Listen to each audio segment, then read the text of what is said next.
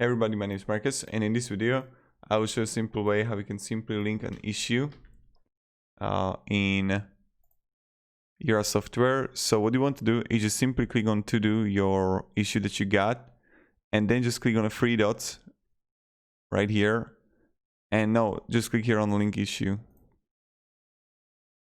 And now we have a linked issue. You can like go, so is blocked by, is cloned by, clones, is duplicated by. Wait, I'll just need to create issue here. Like this. Click on it. Link issue. And then is blocked by, is clone, duplicated by.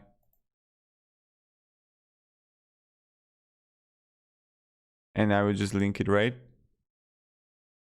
So this is how you can do it. So again, link issue, or you can add a web link. So thank you very much everybody for watching. If you have any questions, guys, ask me down in the comments. I'll really happy to help you in here. Goodbye.